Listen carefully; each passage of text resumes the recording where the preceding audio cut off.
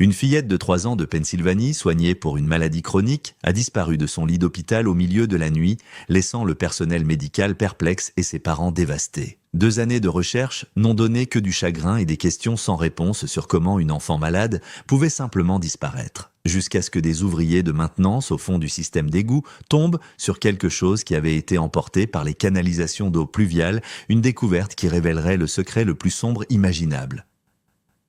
Nathan Hartley fixait la feuille de calcul sur l'écran de son ordinateur portable, les chiffres se brouillant, alors qu'il essayait de se concentrer sur le rapport budgétaire trimestriel. La maison semblait trop silencieuse ce mardi matin, le genre de silence qui s'était installé dans chaque recoin depuis la disparition de Mira il y a 2 ans. Il prit une autre gorgée de café tiède et se força à se concentrer sur les colonnes de données. La sonnerie stridente de son téléphone portable le fit sursauter, le café menaçant dangereusement de se renverser sur le clavier. Le numéro affiché n'était pas familier, un indicatif régional local de Pennsylvanie mais qu'il ne reconnaissait pas. Un instant, il envisagea de laisser la messagerie prendre l'appel. Ces jours-ci, la plupart des appels inattendus étaient soit des télévendeurs, soit des connaissances bien intentionnées qui avaient entendu parler de Mira et voulaient exprimer leur sympathie des années trop tard. Mais quelque chose le poussa à répondre « Nathan Hartley ». « Monsieur Hartley, je suis le détective Patricia Walsh du département de police de Pittsburgh. » La voix de la femme était professionnelle mais portait une nuance qui le mit immédiatement mal à l'aise. « Je dois vous parler du dossier de votre fille. »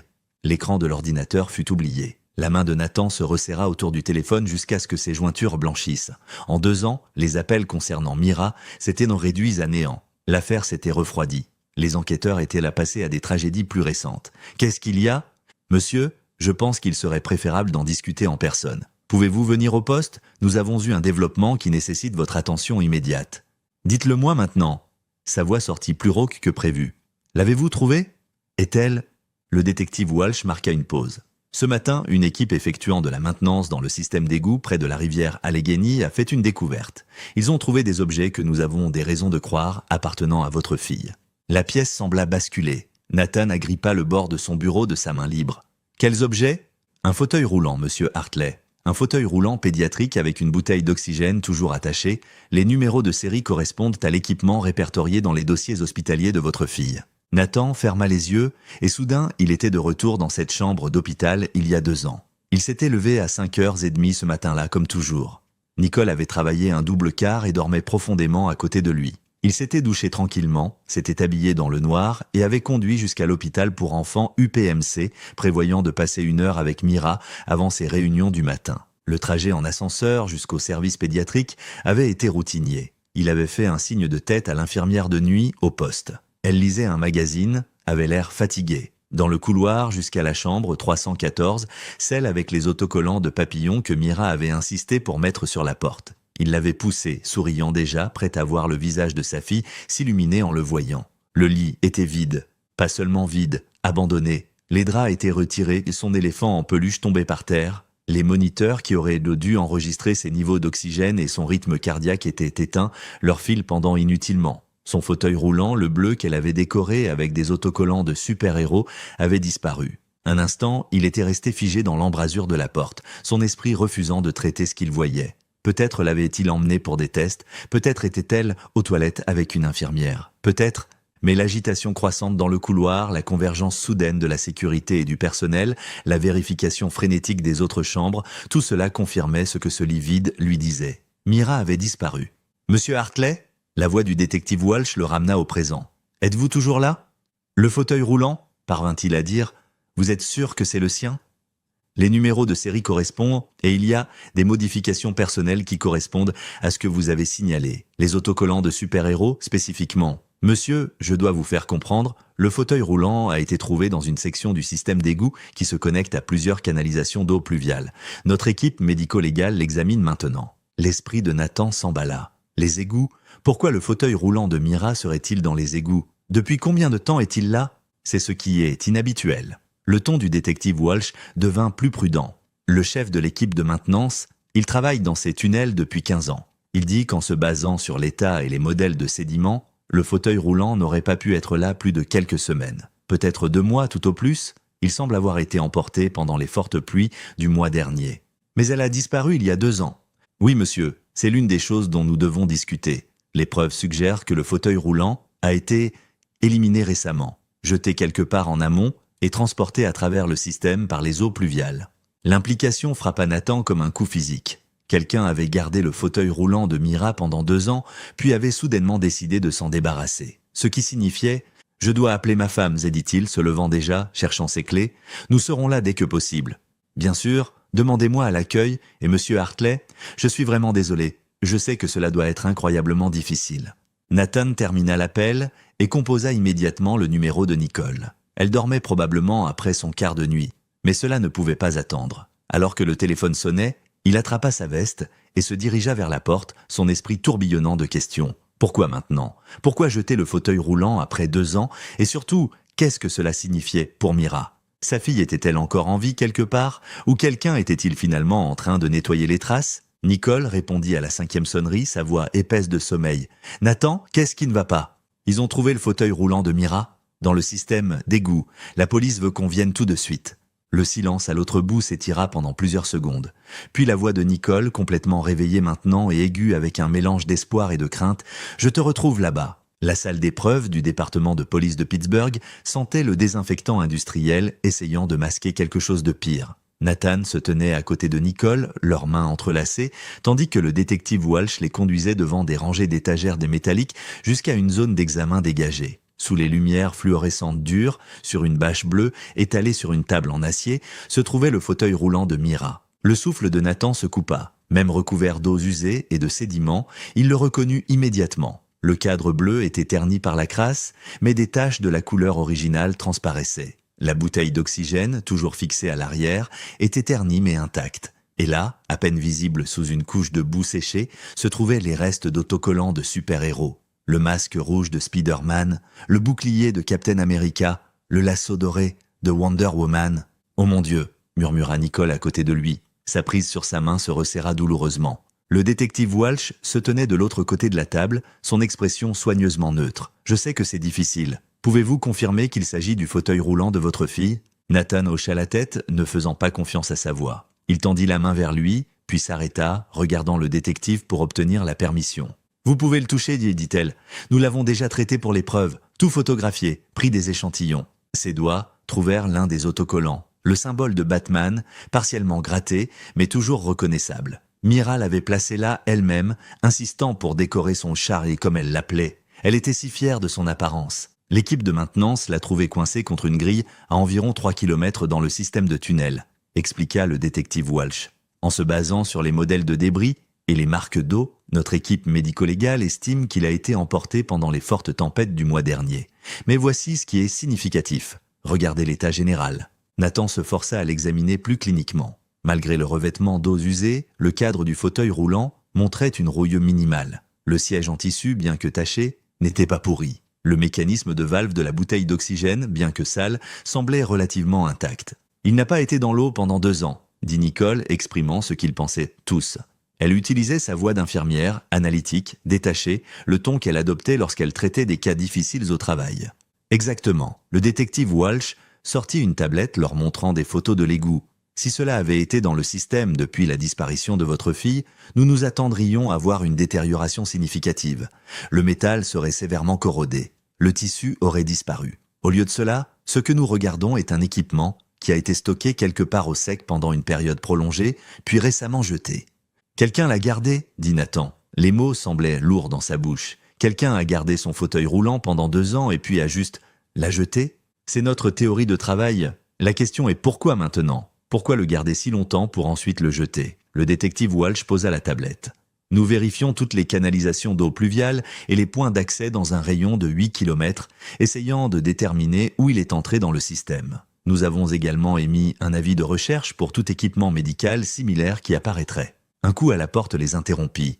Un officier en uniforme passa la tête. « Détective, le consultant médical est là. Docteur Kellner, faites-le entrer. » Walsh se tourna vers Nathan et Nicole. « J'ai pris la liberté d'appeler un spécialiste pour examiner l'équipement. Le docteur Kellner était le pneumologue de votre fille à l'hôpital pour enfants. Il a accepté de nous aider à comprendre si la bouteille d'oxygène a été utilisée récemment. Vérifier toute modification qui pourrait nous en dire plus. » Nathan se souvenait du docteur Kellner, un homme calme et professionnel qui avait toujours pris le temps d'expliquer le traitement de Mira en termes qu'il pouvait comprendre. Il avait été l'un des rares points positifs pendant ces longs mois d'hôpital. La porte s'ouvrit à nouveau et le docteur Kellner entra. Il ressemblait à ce dont Nathan se souvenait, la quarantaine, cheveux grisonnants, soigneusement coupés, portant un costume gris conservateur plutôt que des vêtements d'hôpital. Ses yeux allèrent d'abord au fauteuil roulant, puis à Nathan et Nicole. « Monsieur et Madame Hartley, dit-il doucement, je suis vraiment désolé que vous traversiez cela. Quand le détective Walsh a appelé, je suis venu immédiatement. » « Merci d'être venu, dit Nicole, nous l'apprécions. » Le docteur Kellner s'approcha de la table, enfilant des gants en latex avec une efficacité pratiquée. Il examina soigneusement la bouteille d'oxygène, vérifiant la jauge, le régulateur, les points de connexion. C'est définitivement un équipement de qualité hospitalière, le modèle que nous utilisions pour Mira. Il fit une pause, passant ses doigts le long de la valve. Le seau a été brisé récemment. Au cours des derniers mois, j'estimerais. Si cela avait été scellé pendant 2 ans, nous verrions des modèles d'oxydation différents autour du filetage. Donc, il a été utilisé ? Demanda le détective Walsh, prenant des notes. Récemment utilisé, oui, la jauge de pression montre qu'elle est presque vide. Cela suggère une utilisation active, pas un stockage à long terme. Il leva les yeux vers Nathan et Nicole. Je suis désolé. Je sais que cela soulève plus de questions que de réponses. Nathan fixait le fauteuil roulant, son esprit tourbillonnant. Quelqu'un avait pris sa fille, l'avait gardée quelque part pendant 2 ans, avait utilisé son équipement médical. Et maintenant, pour une raison quelconque, il se débarrassait des preuves. Qu'est-ce que cela signifie ? Demanda Nicole au détective Walsh. Êtes-vous en train de dire que quelqu'un l'avait tout ce temps ? L'expression du détective était sombre. Nous ne pouvons pas encore tirer de conclusion définitive.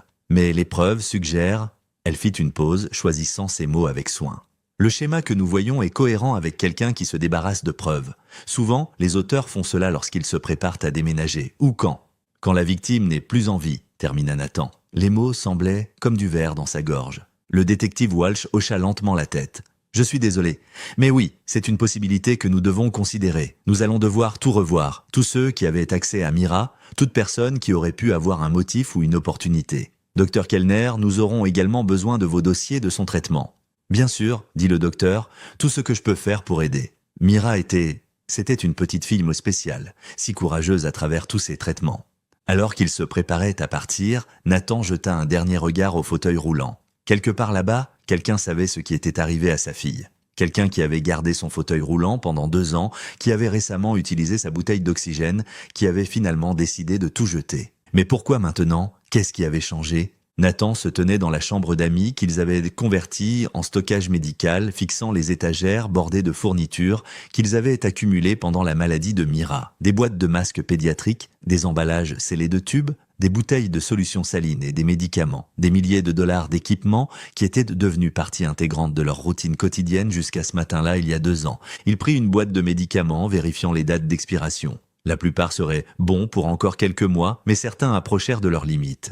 L'ironie ne lui échappait pas. Garder ses fournitures avait été sa façon de maintenir l'espoir, d'être prêt pour quand Mira rentrerait à la maison. Mais après la révélation de ce matin au poste de police, cet espoir semblait plus fragile que jamais. Nicole était retournée se coucher après leur retour à la maison, émotionnellement épuisée par les événements du matin. Elle avait un autre quart de nuit ce soir et avait besoin de repos. Nathan ne pouvait pas dormir. L'image de ce fauteuil roulant, recouvert de boue, continuait de repasser dans son esprit. Il commença à trier les fournitures en 2 piles, périmées et encore viables. Les médicaments périmés nécessiteraient une élimination appropriée. Mais les articles scellés et non périmés, ils pourraient aider d'autres familles, d'autres enfants atteints de fibrose kystique qui avaient besoin de ces fournitures exactes. Cela ressemblait à abandonner, mais cela semblait aussi nécessaire. Il ne pouvait pas laisser des médicaments se perdre quand quelqu'un pourrait les utiliser. En début d'après-midi, il avait rempli 3 boîtes de dons. Le CVS, sur Grand Street, avait un programme de dons de fournitures médicales. Il chargea tout dans sa voiture et conduisit les 10 minutes à travers le trafic léger. La pharmacie était occupée pour un mardi après-midi. Nathan manœuvra ses boîtes à travers les portes automatiques, se dirigeant vers le comptoir de la pharmacie au fond. Alors qu'il contournait l'allée des vitamines, il faillit entrer en collision avec quelqu'un poussant un chariot chargé de fournitures médicales. « Oh, désolé », commença Nathan, puis reconnut l'homme. « Docteur Kellner ?» Le docteur leva les yeux de son chariot, que Nathan vit maintenant contenir plusieurs bouteilles d'oxygène portable, le même type qu'ils avaient utilisé pour l'approvisionnement d'urgence de secours de Mira. « Monsieur Hartley, je ne m'attendais pas à vous voir ici. Je fais don de certaines des fournitures inutilisées de Mira, » dit Nathan, faisant un geste vers ses boîtes. « Cela semble mal de les laisser expirer quand d'autres familles pourraient les utiliser. » L'expression du docteur Kellner s'adoucit avec compréhension. C'est très généreux de votre part. Je suis sûr que ce n'était pas une décision facile. Nathan jeta un coup d'œil aux bouteilles à d'oxygène dans le chariot du docteur. Vous faites des provisions?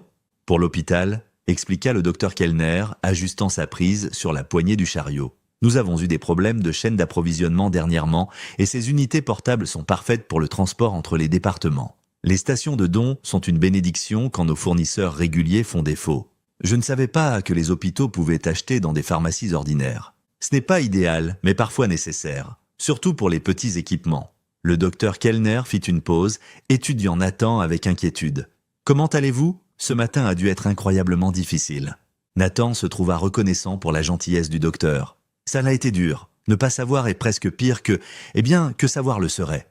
Je ne peux qu'imaginer. Mira était une petite fille si spéciale.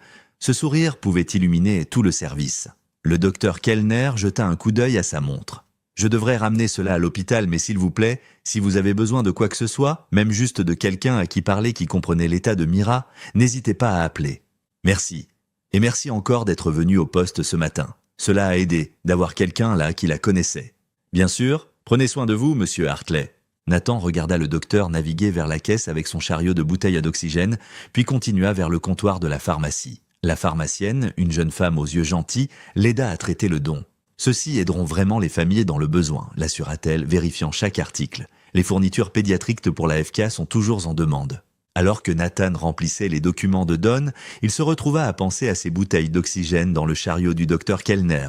Cela avait du sens ce que le docteur avait dit sur les problèmes de chaîne d'approvisionnement. La pandémie avait perturbé tant de systèmes et les hôpitaux avaient appris à être créatifs avec l'approvisionnement. Il rentra chez lui en se sentant légèrement plus léger, comme si faire don des fournitures avait soulevé un poids invisible. La maison était calme quand il entra. Nicole dormait toujours. Nathan se fit un sandwich et s'assit à la table de la cuisine, son esprit traitant encore les révélations du matin. Son téléphone vibra avec un texto de Nicole. « Je pars pour mon quart dans 20 minutes. Le dîner est dans le frigo. Essaie de te reposer. Je t'aime. » 21 minutes plus tard, il l'entendit bouger à l'étage, se préparant. Elle apparut dans l'embrasure de la cuisine en tenue d'hôpital, mug de voyage à la main, l'air fatigué malgré sa sieste. « Tu es sorti ?» demanda-t-elle, remarquant ses clés de voiture sur le comptoir. « J'ai fait don de certaines des fournitures de Mira au CVS. Les médicaments approchèrent de leur date d'expiration. » Nicole hocha la tête, comprenant sans explication. C'était probablement la bonne chose à faire. Elle fit une pause, remplissant son mug de voyage avec du café. « Oh, j'ai croisé le docteur Kellner à la pharmacie, dit Nathan. Il achetait des bouteilles d'oxygène pour l'hôpital. » Elle s'arrêta au milieu du versement, fronçant légèrement les sourcils. « C'est bizarre. »« Quoi ? Les hôpitaux ont des protocoles d'approvisionnement stricts. Tout ce qui est médical passe par des fournisseurs certifiés avec une documentation appropriée. Question de responsabilité, contrôle de qualité, chaîne de possession pour l'assurance. » Elle haussa les épaules, reprenant le versement. Peut-être qu'ils avaient une sorte de pénurie d'urgence ? Bien que généralement ils enverraient un résident ou un assistant médical pour quelque chose comme ça, pas un médecin traitant, Nathan repensa à la rencontre. Le docteur Kellner avait semblé parfaitement normal, peut-être un peu pressé. Il a mentionné des problèmes de chaîne d'approvisionnement. Ça pourrait être ça. Tout le système est bizarre depuis le Covid. Elle prit son sac, l'embrassa pour lui dire au revoir. « Ne m'attends pas. Ça va être long, 2 infirmières ont appelé malade. » Après son départ, Nathan se retrouva seul avec ses pensées à nouveau. La maison semblait trop vide, trop silencieuse. Il essaya de regarder la télévision, mais ne pouvait pas se concentrer. Son esprit continuait de revenir à ce fauteuil roulant, à la salle d'épreuves, à l'expression sombre du détective Walsh quand elle parlait des auteurs se débarrassant des preuves. Quelque part là-bas, quelqu'un savait ce qui était arrivé à sa fille. Quelqu'un qui avait gardé son fauteuil roulant pendant 2 ans, quelqu'un qui avait récemment décidé qu'il était temps de s'en débarrasser. Mais pourquoi maintenant ? Qu'est-ce qui avait changé ? Nathan ne pouvait pas se débarrasser de l'agitation. La maison semblait oppressante dans son silence, chaque pièce contenant des souvenirs de Mira. Il se retrouva dans son bureau à domicile, fixant le classeur où ils avaient gardé des copies de tout de l'enquête. Rapports de police, déclarations de témoins, dossiers hospitaliers, 2 ans de recherche compressés dans des dossiers en papier craft. Il sortit le dossier marqué « Entretien du personnel, UPMC » et étala les papiers sur son bureau. Il les avait lus des dizaines de fois dans ses premiers mois, cherchant tout ce que la police aurait pu manquer. Gardes de sécurité, infirmières, aides-soignants, médecins, tous ceux qui travaillaient à cette nuit-là avaient été interrogés. C'était là, à mi-chemin dans la pile, l'entretien du docteur Kellner. Nathan le relut, bien qu'il l'ait pratiquement mémorisé. Le docteur avait quitté l'hôpital à 18h la veille de la disparition de Mira, n'était pas revenu avant son quart régulier à 7h du matin. Ses enregistrements de carte-clés le confirmaient. Il était chez lui toute la nuit, bien que vivre seul signifiait que personne ne pouvait le vérifier. Les notes du détective n'indiquaient aucune suspicion. Le docteur Kellner était un médecin respecté avec un dossier impeccable. Nathan mit le papier de côté et ouvrit son ordinateur portable. Quelque chose que Nicole avait dit continuait de le tracasser. Pourquoi un médecin traitant senior achèterait-il des bouteilles d'oxygène au CVS? Cela semblait en dessous de son niveau de salaire, d'une certaine manière, comme demander au PDG d'aller chercher des fournitures de bureau. Il tapa Dr Martin Kellner, UPMC, dans Google. Les premiers résultats étaient le standard, page bio de l'hôpital, quelques articles de recherche sur la pneumologie pédiatrique, avis de patients, tous positifs. Des familles louant son comportement au chevet du patient, son dévouement envers leurs enfants. Nathan affina sa recherche, Dr Martin Kellner, historique hospitalier. Les résultats changèrent. Un profil LinkedIn montrant son historique d'emploi. Nathan cliqua dessus, étudiant la chronologie. UPMC Children's depuis 3 ans. Avant cela, Cincinnati Children's pendant 2 ans. Avant cela, Children's Hospital de Philadelphie pendant 3 ans. Et avant cela, Nathan fronça les sourcils. 4 hôpitaux en 10 ans, cela semblait beaucoup de mouvements pour un médecin spécialisé. Les médecins s'établissaient généralement dans une institution, construisirent leur pratique, leur réputation. Pourquoi continuer à bouger? Il ouvrit un nouvel onglet et chercha Dr Martin Kellner, Cincinnati Children's Hospital. Enfoui à la 3e page de résultats, il le trouva. Un petit article d'actualité d'il y a 5 ans, Cincinnati Children's Hospital annonce des changements administratifs. Le nom du Dr Kellner apparaissait dans une liste de médecins dont les privilèges avaient été modifiés en raison d'une restructuration administrative. Le langage était vague, du jargon d'entreprise qui pouvait signifier n'importe quoi. Nathan chercha ensuite Philadelphie. Cette fois, il trouva un document du conseil médical, dossier public mais obscurément classé. Les privilèges du docteur Kellner au shop avaient été suspendus pendant 6 mois en raison d'un non-respect des exigences de documentation institutionnelle. Encore une fois, frustrant de vague. Il continua à creuser. Riley Hospital for Children à Indianapolis. Un autre, départ administratif il y a 7 ans. Johns Hopkins Children's Center, privilège suspendu pour violation de protocole qui n'était jamais spécifié. Un schéma. 4 hôpitaux, 4 problèmes administratifs, jamais rien d'assez spécifique pour affecter sa licence médicale mais suffisant pour le faire partir. Nathan sentit un nœud froid se former dans son estomac. Les mots de Nicole résonnaient « Les hôpitaux ont des protocoles d'approvisionnement stricts ». Et si ces exigences de documentation et à violation de protocole avaient quelque chose à voir avec les fournitures médicales? Et si le docteur Kellner avait un historique d'obtention inappropriée d'équipement? Nathan trouva l'annuaire UPMC en ligne et localisa le numéro de bureau du docteur Kellner. Il était plus de 6 heures maintenant, le personnel administratif serait parti, mais les médecins travaillaient de souvent tard. Il hésita, téléphone en main. Qu'allait-il dire? « Bonjour, j'ai remarqué que vous avez été suspendu de plusieurs hôpitaux et je me demande si vous avez kidnappé ma fille. » Mais l'image de ces bouteilles d'oxygène dans le chariot de la pharmacie ne le quittait pas. Avant qu'il ne puisse se convaincre du contraire, il composa. Le téléphone sonna 4 fois. Nathan était sur le point de raccrocher quand une voix familière répondit « Docteur Kellner à l'appareil ?»« Docteur Kellner, c'est Nathan Hartley. Je suis désolé d'appeler si tard. »« Monsieur Hartley ?» Le docteur semblait surpris, mais pas mécontent. « Pas du tout. Comment puis-je vous aider ?» La bouche de Nathan devint sèche. Il n'avait pas prévu quoi dire. « Je parcourais les dossiers de Mira, les dossiers d'enquête. J'essaie juste de donner un sens à tout après ce matin. » « Bien sûr, c'est tout à fait compréhensible. Trouver le fauteuil roulant a dû tout faire remonter. Votre entretien est là-dedans, d'il y a 2 ans. » Une pause. Quand le docteur Kellner parla à nouveau, son ton avait légèrement changé. « Oui, je m'en souviens. La police a été très minutieuse. Ils ont interrogé tout le monde. Vous travailliez cette nuit-là, la nuit où elle a disparu? » Non, en fait. J'étais parti à 6 heures. Mon quart était terminé. La chaleur disparaissait de sa voix. « Monsieur Hartley, pourquoi demandez-vous cela ?» Nathan poussa plus loin. « J'ai regardé votre historique d'emploi. Vous avez beaucoup bougé. 4 hôpitaux en 10 ans. » Le silence s'étira si longtemps que Nathan se demanda si l'appel avait été coupé. Puis, « Je ne suis pas sûr de ce que vous insinuez. »« Je n'insinue rien, j'essaie juste de comprendre. »« Comprendre quoi exactement ?» La voix du docteur Kellner était devenue froide. « La police a enquêté minutieusement il y a 2 ans. J'ai coopéré complètement. Mes allées et venues ont été vérifiées. Suggérez-vous qu'ils ont manqué quelque chose ? Ces bouteilles d'oxygène à la pharmacie sont pour l'hôpital, comme je l'ai expliqué. » Chaque mot était coupé, précis. « Monsieur Hartley, je comprends que vous êtes en deuil. Je comprends que vous êtes désespéré pour des réponses. Mais ces questions, de quoi m'accusez-vous exactement ? Je n'accuse pas. Parce qu'il semble que vous le faites. Il semble que vous remettez en question mon intégrité basée sur quoi? Un approvisionnement de routine, des mouvements de carrière qui sont parfaitement normaux en médecine moderne? La main de Nathan tremblait. La colère contrôlée dans la voix du docteur Kellner était plus troublante que des cris l'auraient été. Je veux juste savoir ce qui est arrivé à ma fille. Ce qui est arrivé à votre fille est une tragédie. Mais j'ai dit à la police tout ce que je sais. Tout. Il y a 2 ans. Si vous avez de nouvelles questions, peut-être devriez-vous les adresser au détective Walsh au lieu de me harceler à mon bureau. Je ne harcèle pas, n'est-ce pas? M'appeler après les heures, remettre en question mon historique d'emploi, insinuer « Dieu sait ce que vous insinuez. J'ai essayé d'aider ce matin. Je suis venu au poste par respect pour la mémoire de Mira. Et c'est ainsi que vous remerciez cette gentillesse ?» La ligne devint silencieuse. Le docteur Kellner avait raccroché. Nathan resta assis à fixer son téléphone, le cœur battant. La réaction du docteur avait été si défensive, si immédiate. Rien dans la conversation ne semblait juste. Une personne vraiment innocente aurait été confuse, peut-être blessée, mais pas cette fureur froide, pas cette colère contrôlée. Il regarda à nouveau son écran d'ordinateur portable, la trace de problèmes administratifs à travers 5 hôpitaux, ses notes sur les bouteilles d'oxygène, l'entretien de police où le docteur Kellner prétendait être seul à la maison toute la nuit. Ses mains tremblaient encore alors qu'il reprenait son téléphone.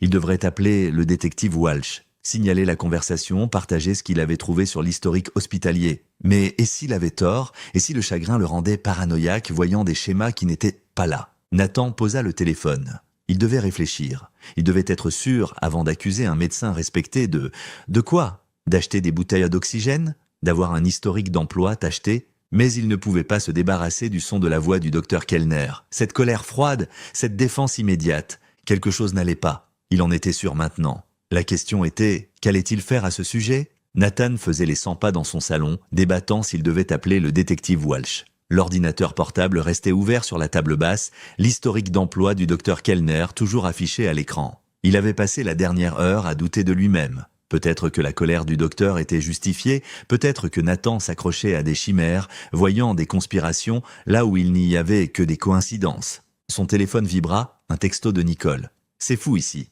2 autres infirmières viennent d'appeler malade. Je risque d'être plus tard que prévu. Ne m'attends pas, je t'aime. » Il répondit « Sois prudente, je t'aime aussi. » Nathan se dirigeait vers la cuisine quand des phares balayèrent les fenêtres avant. Une voiture se garant dans leur allée, il jeta un coup d'œil à l'horloge, 19h48. Il n'attendait personne. Par le Judas, il vit une silhouette familière s'approcher de la porte d'entrée. Le docteur Kellner, toujours dans son costume gris de la pharmacie, bien que maintenant ébouriffé. Ses mouvements semblaient agités, saccadés. Il continuait à regarder par-dessus son épaule alors qu'il montait les marches du Porsche. Le pouls de Nathan s'accéléra. Pourquoi était-il là? Comment connaissait-il même leur adresse? La sonnette retentit. Nathan ne bougea pas. Peut-être que s'il restait silencieux, le docteur partirait. « Monsieur Hartley ?» La voix du docteur Kellner traversa la porte. « Je sais que vous êtes à la maison. Votre voiture est dans l'allée. Nous devons parler de notre conversation téléphonique. » Nathan resta figé.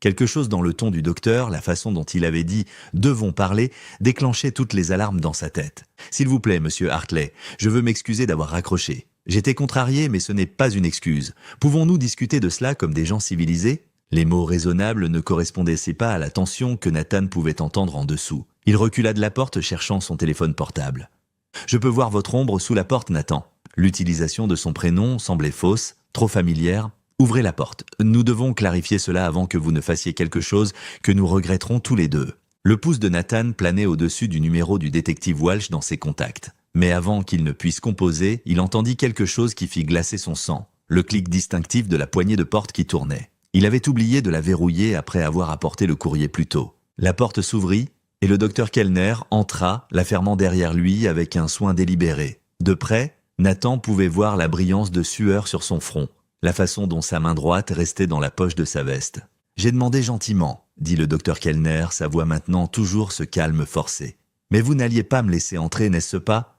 Vous devez partir. » Nathan fit un autre pas en arrière. « C'est une entrée par effraction ?»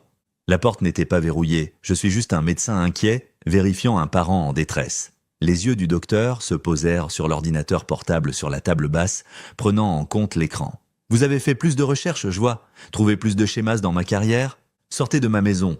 Je ne peux pas faire ça. » Le docteur Kellner retire sa main de sa poche, révélant un pistolet noir compact, ne le pointant pas exactement, mais le tenant d'une manière qui rendait la menace claire. « Nous allons faire un tour, vous et moi. » Loin des regards indiscrets et des voisins curieux. La bouche de Nathan devint sèche. « Vous l'avez prise, vous avez pris Mira. Montez dans la voiture. » Le pistolet se leva légèrement. « Vous allez marcher jusqu'à la porte, vous allez monter dans ma voiture, vous allez le faire tranquillement. Si vous criez, si vous courez, si vous faites quelque chose de stupide, je devrais vous blesser. Et puis j'attendrai que Nicole rentre de son car. Vous avez mentionné qu'elle travaille tard ce soir. Beaucoup de temps pour que je sois là quand elle arrive. » La menace contre Nicole prit la décision de Nathan. « Où allons-nous ? Quelque part de privé ? Maintenant, bougez. » Nathan marcha vers la porte sur des jambes instables. Dehors, le quartier était calme. Une soirée de mardi typique. La maison des Johnson, de l'autre côté de la rue, avait des lumières allumées, mais leurs rideaux étaient détirés. Personne pour les voir, personne pour être témoin de cela. La voiture du docteur Kellner était une Honda Accord argentée, banale à tous égards. Montée côté passager, les mains où je peux les voir. Nathan obéit, son esprit s'emballant. Devrait-il l'essayer de courir, mais le pistolet était braqué sur lui, alors que le docteur Kellner contournait du côté conducteur. Et cette menace à propos de Nicole, « Ceinture de sécurité », ordonna le docteur Kellner alors qu'il démarrait le moteur. Le pistolet reposait sur ses genoux, le canon incliné vers Nathan. On ne veut pas se faire arrêter pour quelque chose de stupide. Ils sortirent de l'allée en marche arrière et Nathan aperçut sa maison, lumière du porche allumée, paraissant parfaitement normale. Aucun signe de la violence qui venait de s'y produire. « Vous m'avez vu à la pharmacie ?» dit le docteur Kellner alors qu'il tournait sur la route principale. « C'était négligent de ma part. J'aurais dû être plus prudent, mais j'étais à court de fournitures. » Le cœur de Nathan sauta. « Des fournitures, pourquoi ?»« Taisez-vous !» La façade calme du docteur se fissurait. « Vous ne pouviez pas laisser tomber. Le fauteuil roulant aurait dû être la fin. Affaire classée, tout le monde passe à autre chose, mais vous deviez creuser, deviez poser des questions. Où est Mira ?» Les jointures du docteur Kellner étaient blanches sur le volant. « Vous pensez que vous étiez un si bon père ? Laisser une enfant malade de 3 ans seule dans cet hôpital, quel protecteur vous étiez ? Est-elle vivante ? Arrêtez de parler. » Il se dirigeait maintenant hors de la ville, vers les zones rurales à l'est de Pittsburgh. Vous n'avez aucune idée de ce que vous avez fait, aucune idée de ce que vous avez ruiné. Nathan essaya de mémoriser l'itinéraire, cherchant des repères. Ils passèrent devant l'ancienne usine Westinghouse, traversèrent le pont sur Turtle Creek, se dirigeant vers les Laurel Highlands, où les forêts devenaient épaisses et les maisons devenaient rares. Ces suspensions hospitalières, dit Nathan désespéré de comprendre, ils ont compris quelque chose, n'est-ce pas ? C'est pourquoi vous continuez à bouger.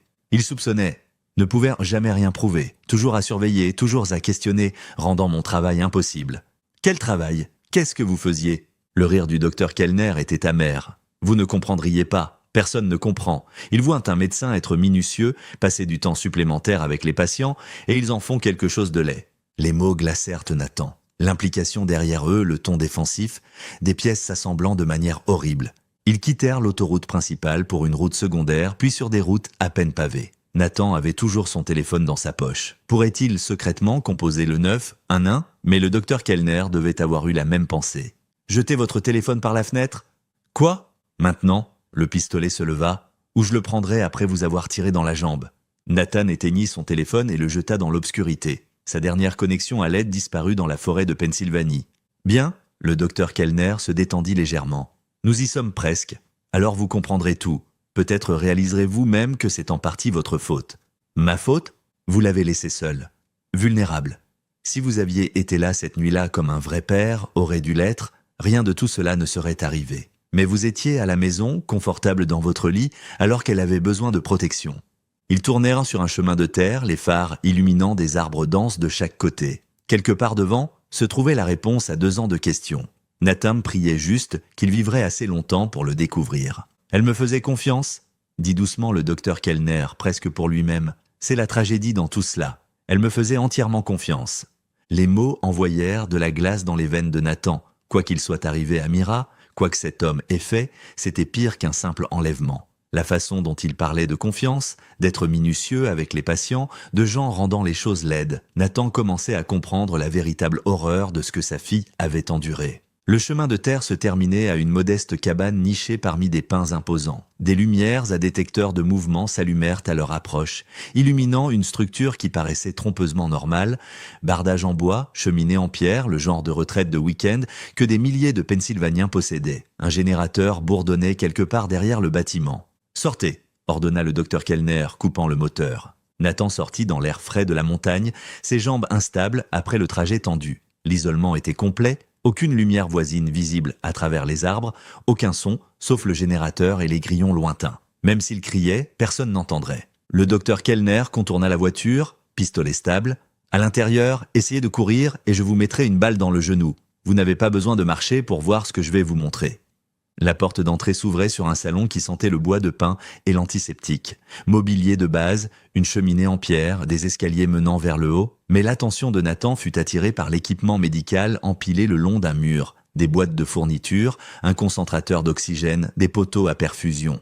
En haut, dirigea le docteur Kellner. Ils montèrent des escaliers en bois étroits jusqu'à un couloir avec 3 portes. Le docteur le guida vers la dernière, sortant une clé de sa poche. Plusieurs verrous, remarqua Nathan, des verrous installés de l'extérieur. La porte s'ouvrit, révélant une pièce de grenier convertie. Et là, assise sur un petit lit avec une canule d'oxygène sous le nez, se trouvait Mira. Les genoux de Nathan faillirent céder. Sa fille, vivante, mais changée. Elle avait grandi en 2 ans, bien sûr. Plus grande, plus mince, ses cheveux blonds plus longs et emmêlés. Elle portait une blouse d'hôpital fanée, trop petite pour son corps maintenant âgé de 5 ans. Un port 4 était visible sur son bras, bien qu'aucune ligne ne soit actuellement attachée. « Mira ?» Le mot sortit comme un murmure brisé. Elle leva les yeux d'un livre de coloriage, ses yeux bleus, si semblables à ceux de Nicole, ne montrant aucune reconnaissance. Juste de la confusion et un soupçon de peur. « Docteur Martin, qui est cet homme ?»« Docteur Martin. » Elle l'appelait Docteur Martin. « C'est bon, ma chérie, dit le docteur Kellner, sa voix prenant une qualité différente, douce, paternelle. C'est quelqu'un qui voulait te rencontrer. Tu te souviens comment je t'ai dit qu'il pourrait y avoir des visiteurs un jour ?» Mira se recroquevilla contre le mur. « Je n'aime pas les visiteurs. Tu as dit que les visiteurs pourraient essayer de m'emmener. Tu as dit que ce sont de mauvaises personnes qui ne comprennent pas. » Nathan commença à avancer instinctivement, mais le canon du pistolet s'enfonçant dans ses côtes l'arrêta. « C'est ma fille, espèce de malade. »« Votre fille ?» La voix du docteur Kellner se durcit. « Vous avez renoncé à ce droit quand vous l'avez abandonné. Vous l'avez kidnappé. Je lui ai donné un foyer, je l'ai gardé en sécurité pendant 2 ans pendant que vous, avez continué votre vie ?» Nathan regarda correctement autour de la pièce maintenant, prenant en compte les détails. L'équipement médical remplissait un coin. Le concentrateur d'oxygène qu'il avait entendu fonctionner, des boîtes de médicaments, les réservoirs portables comme ceux de la pharmacie. Une petite commode contenait des vêtements d'enfants. Des dessins couvraient les murs, tous signés Mira dans une écriture d'enfant. Des images d'une maison, d'arbres, d'oiseaux, et encore, une figure étiquetée Docteur Martin, avec un visage souriant. Aucune image de parents, aucun dessin de maman ou papa. « Qu'est-ce que vous lui avez dit ?» La voix de Nathan était creuse. La vérité, d'un certain point de vue, qu'elle était très malade et avait besoin de soins spéciaux, que je suis le seul à comprendre ses besoins, qu'il y a des gens qui pourraient essayer d'interférer. « Vous lui avez fait un lavage de cerveau. Je l'ai protégée. » Le calme du docteur Kellner se fissurait. « Savez-vous à quel point elle est si fragile, avec quel soin son état doit être géré? Vous l'avez laissée seule cette nuit-là, seule. Les infirmières étaient débordées. Elles le sont toujours. Trop de patients, pas assez de temps. Mais j'avais du temps, j'ai pris le temps. » Ses yeux prirent une qualité distante. Elle était spéciale, différente des autres, si confiante, si douce, quand elle me souriait pendant les traitements. La façon dont il le disait faisait frissonner la peau de Nathan. « Qu'est-ce que vous lui avez fait ?»« Je me suis occupé d'elle, je l'ai nourrie, lui ai donné des médicaments, l'ai tenue quand elle pleurait. » Le pistolet vacilla légèrement. Elle avait besoin de moi, a toujours besoin de moi. « Mira ?» essaya à nouveau Nathan, sa voix douce. « Ma chérie, c'est papa. Tu ne te souviens pas de moi ?» La petite fille pencha la tête, l'étudiant. Un instant, quelque chose vacilla dans ses yeux.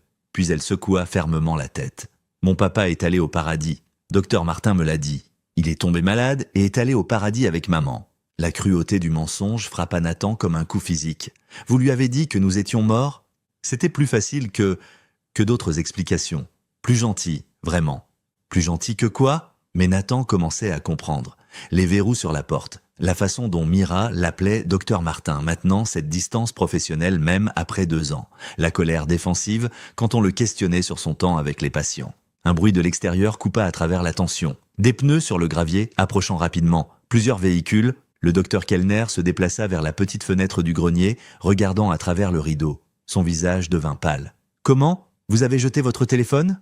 Nathan sentit une montée d'espoir. Nicole. Elle devait être rentrée à la maison, avoir trouvé des signes de lutte, appeler la police. Sa brillante femme observatrice. « Mira, va dans le placard !» ordonna le docteur Kellner, son calme se brisant. « Tu te souviens de ce qu'on a pratiqué? Cache-toi jusqu'à ce que je dise que c'est sûr. Les mauvaises personnes sont là ?» La voix de Mira était petite, terrifiée. Elle se précipita hors du lit, se dépêchant vers un petit placard. La façon pratiquée dont elle le faisait, l'obéissance immédiate, montrait que ce n'était pas la première fois qu'on lui disait de se cacher. Dehors, Nathan pouvait entendre des portes de voiture claquer, des échanges radio, une voix amplifiée par mégaphone. « Docteur Martin Kellner, c'est la police d'État de Pennsylvanie. Nous avons le bâtiment encerclé. Sortez avec les mains visibles. »« Vous avez tout ruiné » gronda le docteur Kellner à Nathan. « Tout ce que j'ai construit ici. » Elle était heureuse. Elle était en sécurité. En sécurité de quoi? De quoi était-elle en sécurité? Des gens qui ne comprennent pas. D'un système qui voit tout en noir et blanc. Le docteur retourna à la fenêtre, pistolet toujours braqué sur Nathan. Ils vont tout déformer, en faire quelque chose de dégoûtant. La police répéta sa demande, le docteur Kellner faisait les 100 pas dans la petite pièce, comme un animal en cage. 2 ans à la garder en bonne santé, à lui donner ce dont elle avait besoin, et vous deviez détruire ça. Docteur Kellner, la voix du mégaphone à nouveau. Nous savons que Nathan Hartley est à l'intérieur.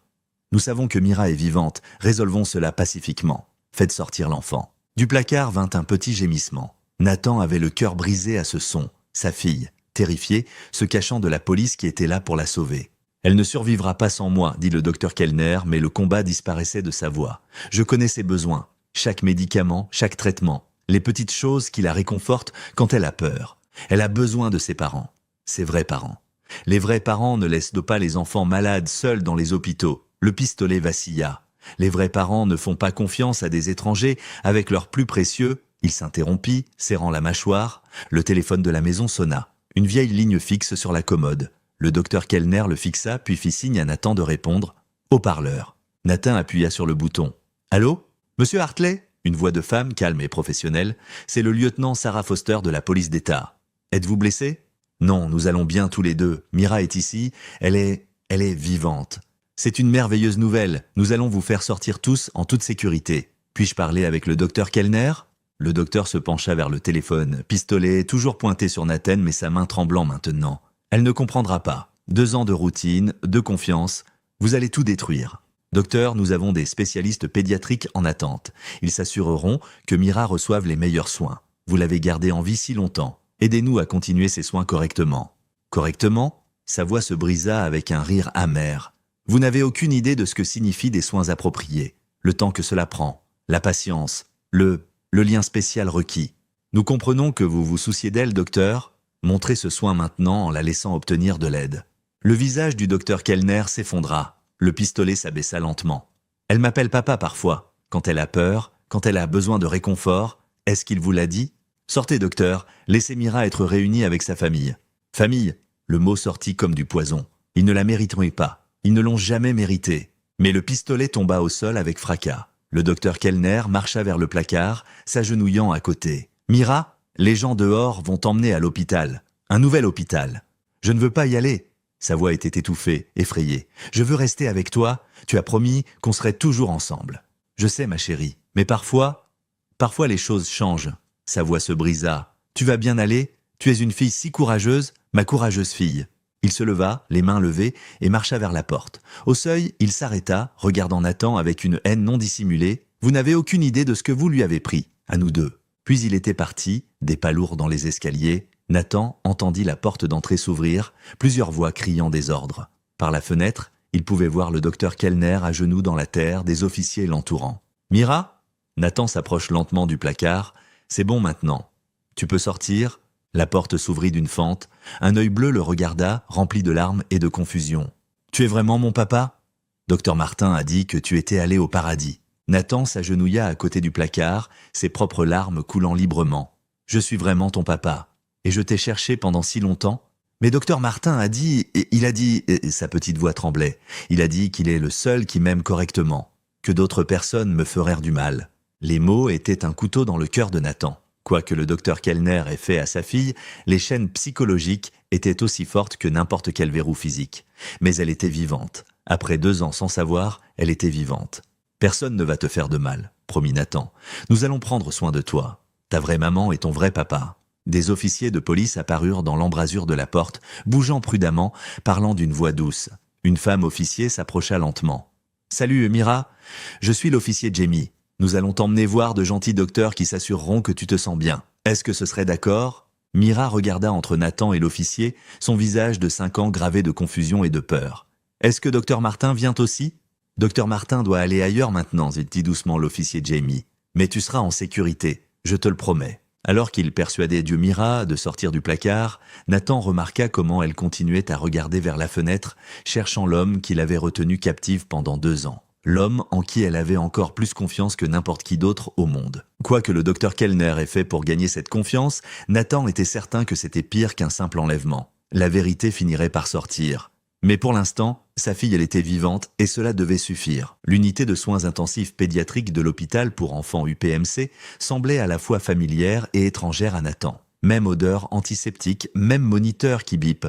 Mais maintenant, c'était Mira dans le lit, pas lui, qui lui rendait visite. Elle était allongée, immobile, légèrement sédatée pour gérer son anxiété, l'oxygène coulant à travers la canule. Sa petite main reposait dans la sienne, bien qu'elle l'ait retirée quand elle était éveillée. Nicole était assise de l'autre côté du lit, les yeux rouges d'avoir pleuré. Elle était arrivée à l'hôpital peu après l'ambulance, ayant été celle qui avait alerté la police quand elle était rentrée à la maison pour trouver l'ordinateur portable de Nathan ouvert sur l'historique d'emploi du docteur Kellner et des signes de lutte, la porte d'entrée entr'ouverte, la voiture de Nathan toujours dans l'allée. Le détective Walsh avait agi rapidement une fois que Nicole avait identifié le docteur Kellner comme le suspect probable. Une recherche dans les dossiers de propriété avait révélé qu'il possédait une cabane dans les Laurel Highlands, répertoriée comme adresse secondaire dans son dossier d'emploi à l'hôpital. Les soldats de l'État familier avec la région connaissaient l'emplacement éloigné. Ils s'étaient coordonnés avec les unités locales qui avaient parcouru la région auparavant, faisant la course contre la montre pour atteindre la propriété isolée avant qu'il ne soit trop tard. Le détective Walsh entra tranquillement, un dossier à la main. « Comment va-t-elle » ? « Stable », répondit Nicole, sa formation d'infirmière gardant sa voix clinique. Sa fonction pulmonaire s'est détériorée. Le pneumologue pense que c'est dû à un traitement incohérent. Parfois, il lui donnait des médicaments appropriés. D'autres fois, il manquait des doses ou donnait des quantités incorrectes. « J'ai la confession du docteur Kellner », dit le détective Walsh, tirant une chaise. « Il a été en interrogatoire pendant 3 heures. Vous devez connaître la vérité, mais c'est difficile. » Nathan hocha la tête, se préparant. Le docteur Kellner a admis un contact inapproprié avec Mira pendant son séjour à l'hôpital il y a 2 ans. Cela a commencé progressivement. Il passait du temps supplémentaire avec elle, gagnait sa confiance et la vôtre. Il lui a dit que les attouchements faisaient partie de traitements spéciaux pour la faire aller mieux. Elle avait 3 ans, elle l'a cru. Nathan se sentit nauséeux. La main de Nicole trouva la sienne à travers le lit de Mira. « Cela a duré des mois », continua le détective Walsh, sa voix professionnelle mais teintée de dégoût. Il a dit que Mira commençait à résister, demandant pourquoi d'autres médecins ne faisaient pas les mêmes traitements spéciaux. Elle avait mentionné vouloir parler à maman des jeux qui se sentaient si bizarres. Il a paniqué. « Alors il l'a prise », murmura Nicole. La nuit où elle a disparu, il a utilisé sa carte clé pour rentrer par une entrée de service. Les caméras là-bas étaient incassées depuis des semaines. Il le savait parce qu'il avait été celui qui les avait endommagés, faisant passer cela pour de l'usure. Il a donné un sédatif à Mira, lui a dit qu'ils allaient aller quelque part de spécial pour aller mieux. L'a fait sortir directement par le quai de chargement. Les mains de Nathan se serrèrent. Toutes ces nuits à se demander ce qui s'était passé, et la vérité était pire que n'importe quel cauchemar qu'il avait imaginé. À la cabane, il a continué les abus, lui a dit que ses parents étaient de mort, qu'il était le seul qui pouvait prendre soin d'elle maintenant. Comportement de manipulation classique, isolement, dépendance, abus normalisé déguisé en soins ou en amour. « Le fauteuil roulant ?» demanda Nicole, sa voix tremblante. « Pourquoi le jeter maintenant ?» Ses collègues à l'UPMC devenaient des méfiants, pas à propos de Mira, à propos de fournitures manquantes. Il avait volé des médicaments et de l'équipement pendant 2 ans pour la traiter. Les RH constituaient un dossier. Il savait qu'il était temps de fuir, mais ne pouvait pas prendre d'équipement identifiable. Il prévoyait de déménager avec elle, de repartir à zéro ailleurs. Le détective Walsh tourna une page. Étant donné son historique d'emploi, le schéma de problèmes administratifs dans plusieurs hôpitaux, nous soupçonnons qu'il pourrait y avoir eu d'autres victimes au fil des ans. Des enfants qui étaient trop jeunes ou trop effrayés pour signaler une conduite inappropriée pendant les examens. Nous contacterons ces anciens hôpitaux, mais ces cas, ils ne sont souvent pas signalés. Nathan ferma les yeux. Plus de victimes. Qu'est-ce qu'il a dit d'autre ? Demanda Nicole, à propos de ce qu'il prévoyait. Le détective Walsh consulta ses notes. Il a admis qu'initialement, cette première nuit, il avait l'intention de la tuer. Il était terrifié qu'elle parle à quelqu'un des abus. Mais une fois qu'il l'a eue à la cabane, il n'a pas pu le faire. Il l'a gardée à la place, à continuer les abus. Il a dit qu'il a toujours su que cela finirait mal, mais ne pouvait pas s'arrêter. « Mon Dieu !» souffla Nathan. Sa petite fille avait été à des heures de la mort cette nuit-là il y a 2 ans, sauvée seulement par la lâcheté de son agresseur. « Il a tout documenté médicalement », ajouta le détective Walsh. Pas les abus, il n'est pas stupide. Mais des journaux détaillés de ses traitements, médicaments, courbes de croissance, même des vidéos de ce qu'il appelait leur vie ensemble, fête d'anniversaire, elle jouant dans la cabane, tout soigneusement édité pour paraître normal si quelqu'un les trouvait un jour.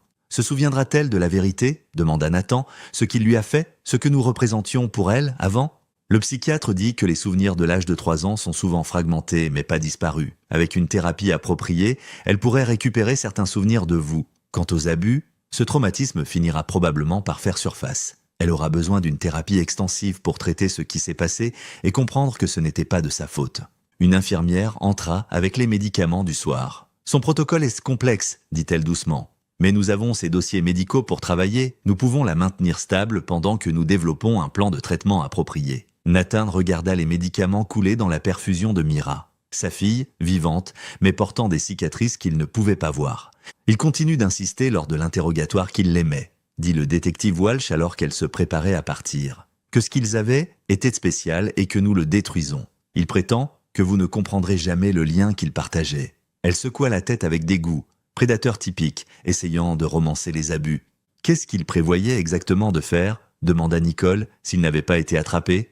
Il allait l'emmener dans un autre état, recommencer avec de nouvelles identités. Il avait de faux documents préparés, certificat de naissance le montrant comme son père, dossiers médicaux sous un faux nom quand elle serait plus âgée. Walsh fit une pause. Il a admis qu'il savait qu'elle finirait par se souvenir de trop ou par sortir de sa préférence. Il a dit que quand ce moment viendrait, ils en occuperaient. Nous pensons que cela signifie qu'il l'aurait finalement tuée.